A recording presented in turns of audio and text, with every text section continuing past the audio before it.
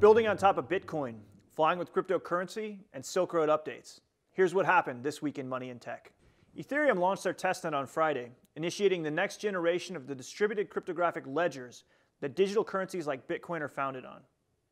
Built by 19-year-old hacker Vitalik Buterin, the revolutionary new distributed platform will allow users to decode other kinds of advanced transaction types, smart contracts, and decentralized applications into the blockchain, further expanding the utility of this distributed ledger concept to everything from custom currencies or other financial derivatives to pretty much any kind of contract that can be mathematically defined, such as a distributed voting system, identity verification system, or even a whole corporation.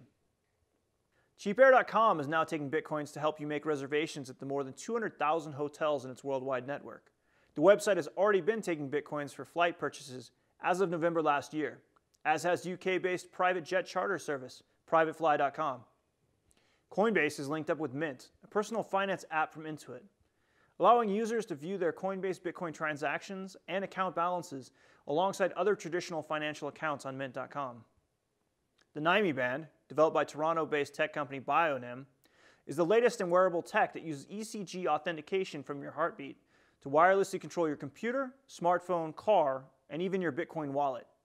Since your heartbeat is as unique to you as your fingerprint, the Nymi band will use your heartbeat to verify your identity before allowing you to spend any of your Bitcoins.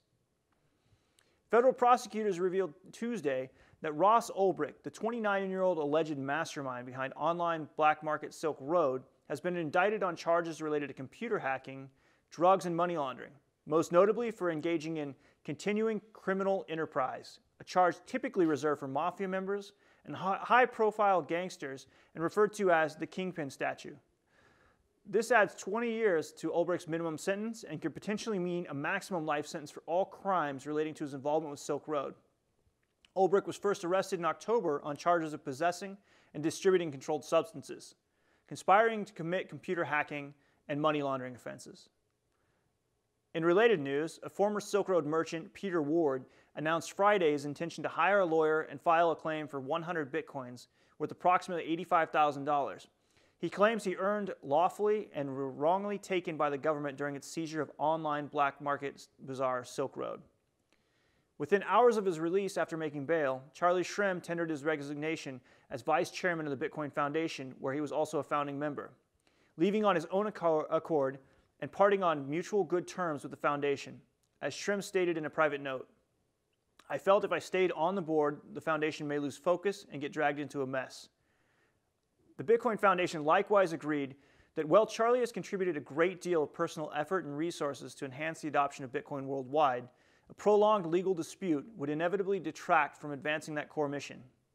As a foundation, we need to remain focused on our mission to standardize, protect, and promote the Bitcoin protocol. Atlas ATS Asia announced the launch of its flagship Hong Kong-based digital currency exchange, Atlas Hong Kong. This marks the opening of the first new Asia-based exchanges, as additional 2014 launches are being prepped for Singapore, South Korea, and Indonesia.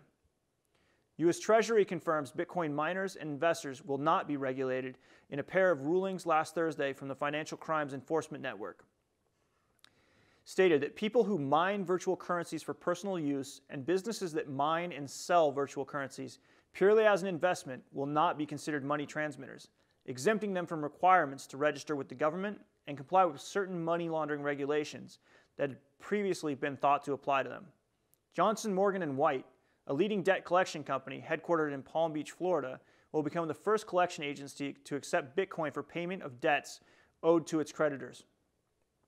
Bitcoin trading heated up Monday, a block away from the New York Stock Exchange at the New York City Bitcoin Center as part of Satoshi Square, the informal meetup that allows people to buy or sell Bitcoin for cash. It emerged as a source of local liquidity for Bitcoin enthusiasts in New York and only recently relocated to the new New York City Bitcoin Center building, a mere 100 feet from the doors of the New York Stock Exchange. The U.S. Post Office is considering creating their own Bitcoin exchange as a way to get more involved with the financial services, considering they're already involved in things like money orders, money transfers, and prepaid debit cards. And lastly, the U.S. Law Library of Congress has just published a report that outlines Bitcoin's legal status in 40 countries. You can find links to that report as well as the other news we talked about today on the show notes. I'm Jared Kenna, and this is Money in Tech.